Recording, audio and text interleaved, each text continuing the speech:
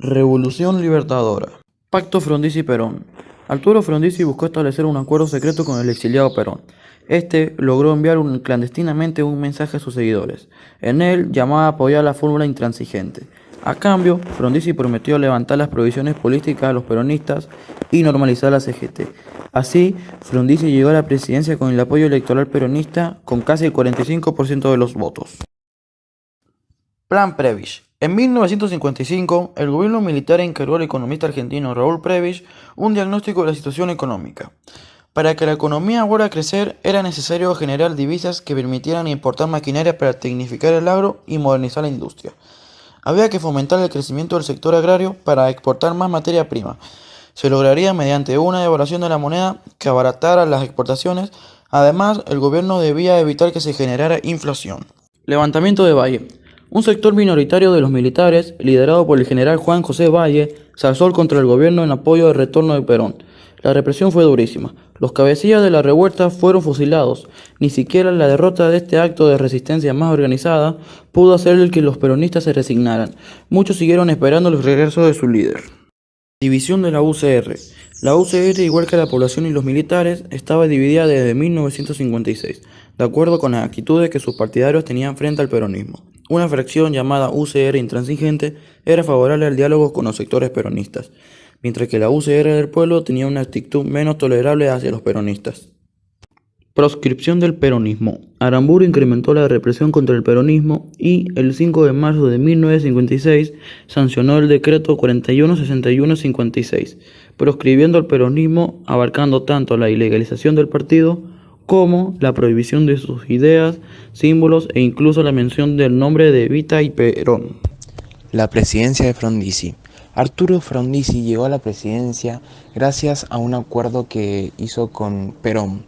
Gracias a este acuerdo generó el 45% de los votos en las elecciones.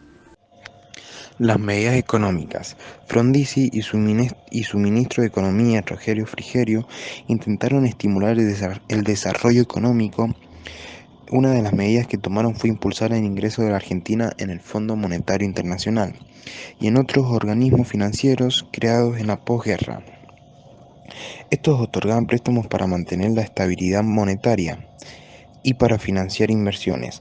También atrajeron capitales extranjeras para que instalaran plantas industriales modernas para mejorar la infraestructura y el sector energético.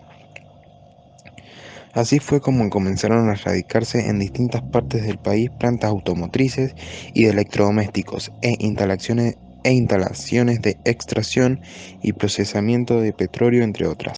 La relación con los militares. Frente a esto, los sectores liberales del ejército forzaron a Frondizi a reemplazar a su ministro de Economía por Álvaro Alzogaray, quien impulsó un plan de ajuste económico. Además de no poder evitar la crisis, Frondizi no cumplió con su promesa electoral de restaurar la legislación laboral peronista entre obreros y patrones, desencadenando un enfrentamiento entre los sindicatos y el gobierno. Además de la presión militar sobre la política económica, Frondizi debió afrontar la oposición de las Fuerzas Armadas a varias de sus decisiones políticas. Esta oposición tomó la forma de planteos realizados por los comandantes militares con la intención de modificar las decisiones del presidente. Además, por diversos motivos, Frondizi fue perdiendo el apoyo de los distintos sectores sociales. La falta de apoyo. Su política petrolera, quien impulsó el ingreso del capital extranjero en el sector, lo enfrentó a quienes apoyaban el nacionalismo económico. La política de represión de algunas huelgas en 1959 lo alejó del movimiento obrero peronista que originalmente lo había apoyado. Su consentimiento a la apertura de universidades privadas, hasta en ese momento la educación universitaria estaba en manos del Estado, generó oposición entre grupos de intelectuales. Sus contactos diplomáticos con el régimen revolucionario cubano preocuparon a los militares que tenían una fuerte orientación anticomunista. Finalmente, su decisión de permitirle a un frente peronista participar en las elecciones para diputados y gobernadores provinciales y los triunfos de su candidato en casi todas las provincias llevaron a las Fuerzas Armadas a derrocarlo en 1962. José Guido. Conflictos entre azules y colorados. Nació el 29 de agosto del 1910 y murió el 13 de junio del 1975. Fue un abogado y político argentino. El ejército estaba dividido en dos grupos: los militares azules, que alentaban una progresiva integración de algunos sectores del peronismo en el sistema político porque consideraban que podían ser sus aliados en el futuro en la lucha contra el comunismo. Por otro lado, los colorados querían seguir con la línea de proscripción más dura. En el enfrentamiento ganaron los azules, cuyo líder era Juan Carlos Orgoña, que fue nombrado comandante del jefe del Ejecutivo. Arturo Illia, características. Tuvo un nuevo gobierno que había nacido débil y para empezar tuvo que carecer de los votos propios para poder consagrar al nuevo presidente en el colegio electoral. Medidas: creó un proyecto de reforma de la ley sobre despido que mejoraba las indemnizaciones por eje. Por ejemplo, fue calificado como comilplor de la moral de los trabajadores. La otra fue que la Confederación General Económica, la CGE, donde se reunían los pequeños y medianos empresarios nacionales, donde tuvo una actitud menos hostil.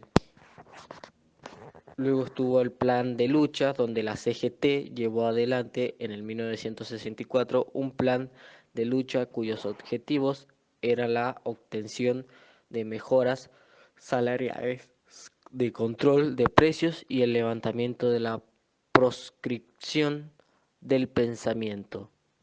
Consistía en una serie de ocupaciones de fábricas perfectamente organizadas. Operativo Retorno. En el 1964 el sindicalismo tomó una iniciativa audaz, donde era intentar traer a Perón de vuelta a la Argentina.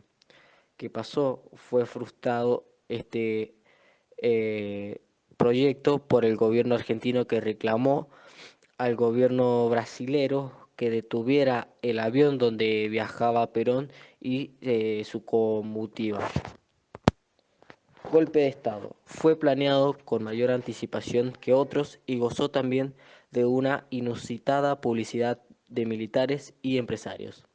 Estos sectores llevaron adelante una agresiva campaña de prensa para desacreditar al gobierno, al que acusaban de ser lento e inoperante, a tal punto que las caricaturas de las revistas que solían comparar al presidente con una tortuga. Revolución Argentina. Plan Bacena. El plan económico de Krieger-Bacena, lanzado en marzo de 1967, consistía en primer término a superar la crisis cíclica y a lograr una estabilización prolongada que eliminara una de las causas de la puja sectorial. Detrás de esta tentativa de programar la economía se encontraba un modelo tecnocrático que se avenía perfectamente con las metas del régimen burocrático autoritario. Noche de los bastones largos. La noche de los bastones largos, el 29 de julio de 1966, la dictadura militar encabezada por Juan Carlos Onganía decretó que la intervención de las universidades nacionales, ordenando a la policía que reprimiera a estudiantes y profesores de 5 facultades de la Universidad de Buenos Aires, entre paréntesis, UBA. 5 facultades de la Universidad de Buenos Aires fueron violentamente desalojadas. El Cordobazo. El Cordobazo o Primer Cordobazo fue una insurrección popular ocurrida en la ciudad argentina de Córdoba entre el 29 y 30 de mayo de 1969. Fue liderada por Elpidio Torres y Atilio López, secretarios generales de los sindicatos SMATA. El Cordobazo formó parte de una serie de puebladas en Argentina entre 1969 y 1972, todas ellas nombradas con las palabras terminadas con el sufijo "azo", en la nota 1 contra la dictadura gobernante autodenominada Revolución Argentina. Las pobladas de 1969 y comienzos de 1970 debilitaron el gobierno militar y fueron uno de los factores que llevaron a la salida del dictador Juan Carlos Onganía en junio de 1970, abriendo paso a elecciones generales concretadas las votaciones presidenciales de 1973. Organizaciones armadas o guerrilleras. Así surgió, en 1955, un golpe de Estado derrocó al gobierno constitucional presidido por Juan Domingo Perón e inició un largo periodo de casi 2 décadas de ilegalización y persecución del peronismo y el movimiento sindical, durante el cual se alternaron dictaduras y gobiernos originados en elecciones no libres y con los principales candidatos proscriptos. Las raíces tempranas de Montero se encuentran en la resistencia peronista surgida para combatir la dictadura que derrocó al gobierno de Perón en 1955, así como la Revolución Cubana de 1958 que impulsó la lucha armada en todo el continente. Masacre de Trelew. El 15 de agosto de 1972, durante la dictadura encabezada por Alejandro Lanusse, 25 presos políticos de diversas organizaciones políticas se fugaron del penal de máxima seguridad de Rawson y recorrieron 21 kilómetros hasta llegar al viejo aeropuerto de Trelew. La masacre de Trelew, o fusilamientos de Trelew, en la madrugada del 22 de agosto de 1972, en Argentina, consistió en el asesinato de 16 jóvenes peronistas y de izquierda presos en el penal de Rawson, capturados tras un intento de fuga parcialmente exitoso y ametrallados posteriormente por marinos dirigidos por el capitán de corbeta Luis Emilio Sosa. Los sucesos tuvieron lugar en la base aeronaval Almirante Sar, una dependencia de la Armada Argentina próxima a la ciudad de Trelew, provincia del Chubut, en la Patagonia Austral. Muerte del general Aramburu. El asesinato de Pedro Eugenio Aramburu, expresidente de facto de Argentina, fue perpetrado el 1 de junio de 1970 por la organización de Monteros. La víctima había sido previamente secuestrada el 29 de mayo de 1970 en su departamento y fue ejecutada en una estancia de Timote, provincia de Buenos Aires. Monteros consideraba que Aramburu estaba trabajando en una salida institucional contra la decisión de Onganía de perpetuarse el poder y que su plan implicaba integrar al sector menos combativo del peronismo, en tanto ellos consideraban que debía evitarse a toda costa la integración pacífica del peronismo a los designios de las clases dominantes y que, por el contrario, la dicotomía peronismo-antiperonismo debía exacerbarse al máximo. La muerte de Aramburu causó la caída del presidente de facto Juan Carlos Onganía, quien dejó el poder el 7 de junio de 1970. La hora del pueblo.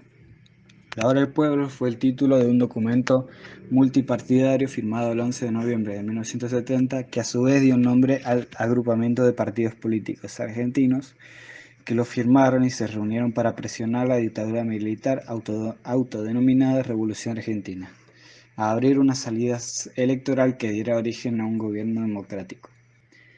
Gran Acuerdo Nacional, GAN. Se denominó Gran Acuerdo Nacional a la propuesta política que dio a conocer en las primeras semanas de julio de 1971 el mandatario de facto de Argentina Alejandro Agustín Lanusse, ante el agotamiento de la llamada Revolución Argentina que encabezaba y en búsqueda del acercamiento con la dirigencia política.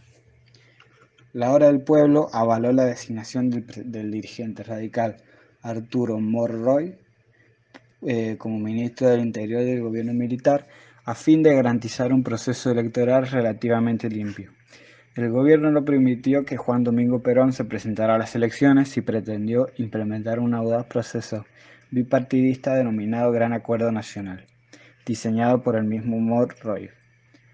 El GAN finalmente fracasó y señaló los límites de la Hora del Pueblo, pero el acercamiento entre los peronistas y radicales continuaría en el tiempo. El 7 de diciembre de 1972, unas amplias gamas de partidos acordaron las coincidencias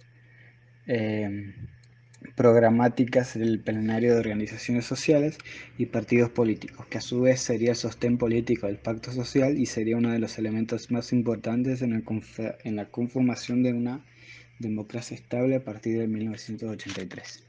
Bipartidista denominado Gran Acuerdo Nacional.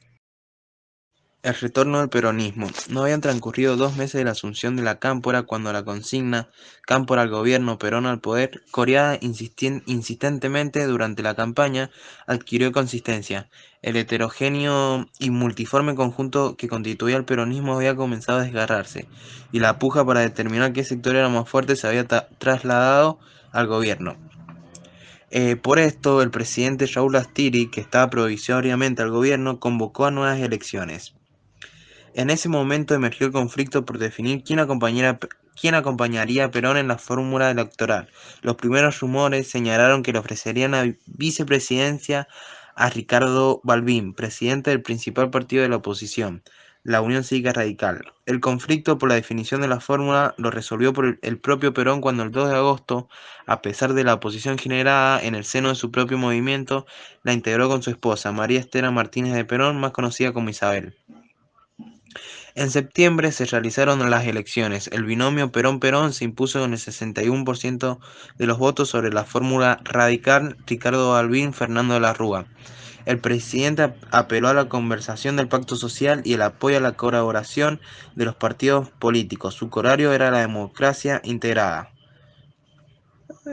La masacre de Seiza es el nombre por el que se conoce a un tiroteo a 10 kilómetros del aeropuerto de Seiza entre organizaciones armadas y regulares peronistas que tuvo lugar el 20 de junio de 1973, en ocasión del regreso definitivo a la Argentina de Juan Domingo Perón, luego de casi 18 años de exilio. El tipo de ataque fue una masacre de francotiradores y los perpetradores fueron milicianos de organizaciones armadas, montoneros y la FARC. AAA fue un grupo parapolicial de la Argentina manejado por un sector del peronismo, el sindicalismo, la Policía Federal y las Fuerzas Armadas de la Argentina, que estaban relacionadas con el anticomunista, que asesinó a sacerdotes, estudiantes, sindicalistas, etc. Además, usó como métodos de amenaza las sumarias y la desaparición forzada de personas durante su presidencia. Fue responsable de las muertes y desapariciones más de 700.100 personas. Sus acciones fueron catalogadas como delitos de la lesa humanidad. Pacto social. El 8 de junio de 1973 se firmó el famoso Pacto Social con el jefe de la CGT, José Ignacio Ruxi, y el líder de la CGT, Julio Brockner, a quien le había cedido su cargo para asumir como ministro. El Pacto Social consistió en un acuerdo que definió la política económica de las primeras fases del gobierno peronista de Héctor Cámpora. Se realizó entre las fases obreras representadas en el sindicalismo. Operativo independentista. En 1975, el gobierno de María Esther Martínez de Perón ordenó el uso de las fuerzas militares para la represión del Ejército Revolucionario del Pueblo. Los gobiernos peronistas de la década del 70 atravesaron un incremento notable de los hechos de violencia política, de las organizaciones, los grupos paraestatales y por la represión legal y clandestina, en medio de una conflictividad social. Durante esos años, el gobierno nacional empezó a utilizar el ejército cada vez más para tareas de seguridad en clave antisubversiva, que consistía para la guerra interna.